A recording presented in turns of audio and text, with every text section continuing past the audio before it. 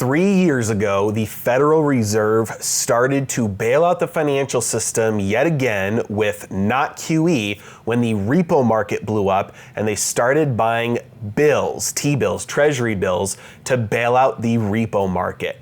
Now, at the time, they said this was not QE because they were only buying bills. They weren't buying regular treasuries, and everybody, called them on it. If you remember, everybody was saying, oh, not QE. They started blowing up their balance sheet again because the financial system didn't have enough liquidity. Well, so far to this date, they have not unwound any of that bailout until this month. This month will be the first time that the Federal Reserve will start to sell those bills back out onto the market. So far in their tightening, they have not let any of those bills go, and now they're going to start doing that. Is it because they think the economy is strong enough to handle it, or is it because they're trying even harder to withdraw liquidity out of the system? Ready? Let's dive in.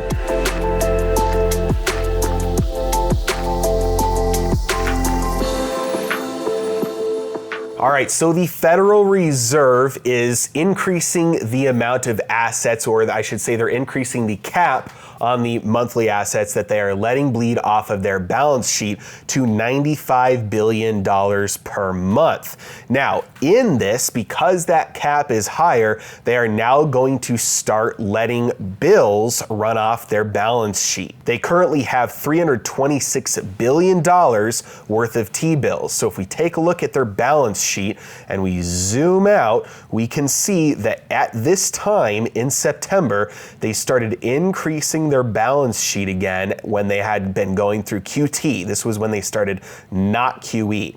Let's zoom in there again, and we can see that the increase was just over $300 billion. And so they bought about $326 billion worth of T-bills. Now, the reason why bills was important here is because this was about liquidity. So in order to understand why, let's take a little bit of a trip back in time to the financial crisis. During the financial crisis, the financial system was at risk because of liquidity. At the end of the day, banks, they operate like pawn shops. They all go to each other and they say, hey, I have a bunch of cash, or somebody else will say, hey, I need some cash. And so what they'll do is they'll go to each other and they'll say, okay, I need cash. You say you have cash, so I'm going to sell you some collateral to get the cash, and I promise to repurchase it from you at a future date. That's why it's called the repo market. It's not repossess like your car when you stop paying your payments. This is a repurchase market. I promise to repurchase these from you at a future date. They're varying dates. And so in the financial crisis, everybody's collateral was mortgage-backed securities. Well, at a certain point, nobody wanted to buy that collateral anymore. And so the repo market blew up. Nobody was offering their cash because nobody wanted that collateral. So the Federal Reserve had to bail the system out after Lehman collapsed because Lehman couldn't get the cash they needed to fund their expenses the next day. Fast forward here to 2019. You can see in September of 2019, the repo rate blew up yet again. Everybody was very concerned about this because that's the same thing that happened during the financial crisis. The repo market blew up. There was not enough cash being lent out. So everybody was worried, is there bad collateral in the system again that we just don't know about? Well, no. This time that it happened in 2019, this wasn't a collateral issue. This was just a cash shortage issue.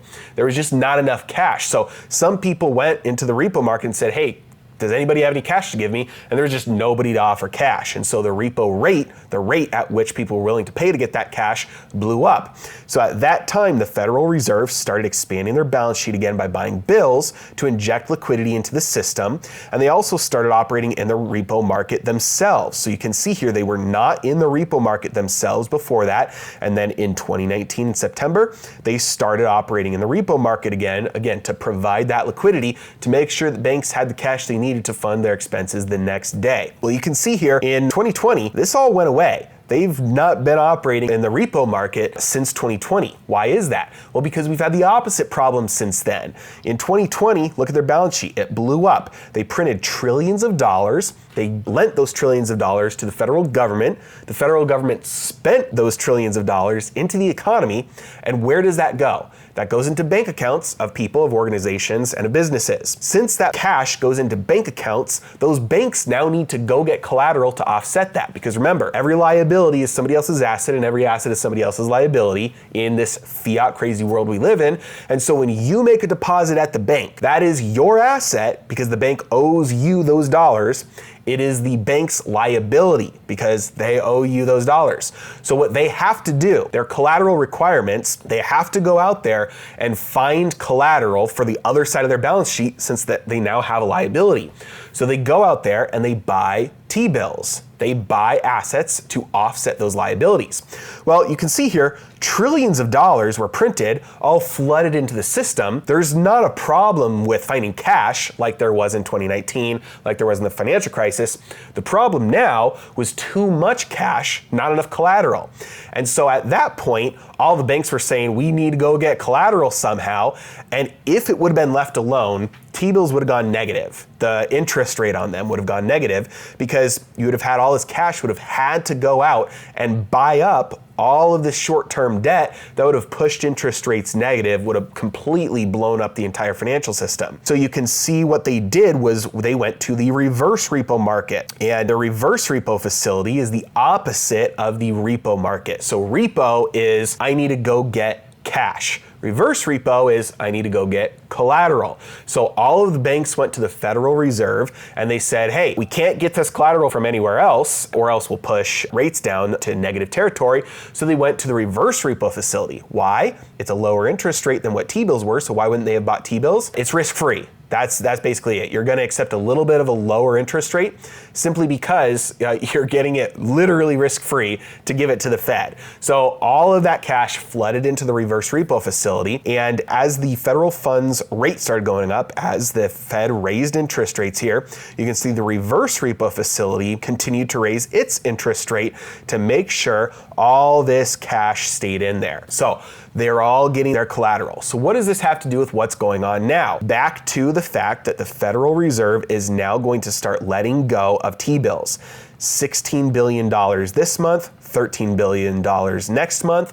They're going to start selling the T-bills from their balance sheet. What this means is that they're letting go of collateral and they're withdrawing cash. And this is short-term collateral here. So interest rates on bills will go up, all else being equal, because there's more selling pressure on those. That should, all else being equal, suck some liquidity out of the reverse repo facility as those bills become more attractive versus the risk-free rate that they're getting at the reverse repo facility. But the key thing here is that this can't happen forever because the Fed only has a very limited supply of these bills, about $300 billion worth. And as you can see here, there are some people who have longer-term concerns because as the Fed has less of these to lend to dealers, it will impede their ability to cover short positions. Now, as of right now, there is not a concern because the Treasury already knows that they're doing this. So since the Fed is going to be selling these bills, the Treasury is going to be issuing less of them. So the immediate impact to available supply won't change. But it will change long term, especially as the Fed runs out of these bills. And so what is going to happen at that point is the same thing that's happening right now, just to a greater extent.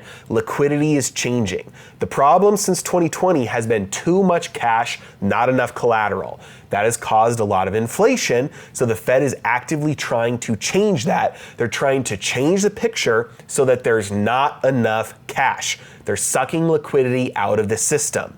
They're trying to get rid of that liquidity. One way they do that is by selling those bills. That gets rid of short-term liquidity, and that will start to decrease the need for that reverse repo facility where there's all that cash. People are concerned that this could cause another spike in the repo market. If the Federal Reserve is unloading everything that they used to bail out the repo market in 2019 when the economy was stronger than it is right now by pretty much every measure, how is it going to handle the fact that they're unloading all of this right now into the financial system? They still have a little bit of room to go because all that cash is in the reverse repo facility. So the system right now still lends towards too much cash, not enough collateral. So they're bailing all of this, they're getting it all out of their balance sheet, all these bills out, so that they can shift the system over to needing cash, to needing that liquidity. And at that time, then they can start unloading this $2 trillion here that's in their reverse repo facility, slowly letting that bleed out back onto the market. But this is a dangerous game they're playing here. They're trying to fine-tune the economy, and this perfectly illustrates every single time you bail a complex system out, you sow the seeds for a bigger destructive event that happens later on that will require ever more tinkering and fine-tuning of the dials, more bailouts, more new things that haven't been done before, because they never used to mess with the repo market. Now they're messing with the repo market and the reverse repo facility. So who knows what they're gonna have to do next time. But as of right now, they're trying to shift the system from too much liquidity to needing liquidity. And that's a dangerous game, because if you tip that balance too far, you can collapse very quickly. We saw how fast Lehman went down, and we know how fast banks can go down if they can't get the liquidity that they need, and that is a domino effect. They can start knocking each other over. It's not a concern yet, but it's definitely something we need to start watching now that the Federal Reserve is starting to sell those bills, because this is the first time that they've started to do that since 3 years ago when they originally bailed out the repo market. And if you're concerned about what this might do to the market and how to protect your investments, your portfolio, that's why you need to learn how to bulletproof your portfolio. I've got the course just for you, linked in the description below. As always, really appreciate you guys. Thank you so much for watching. Have a great day.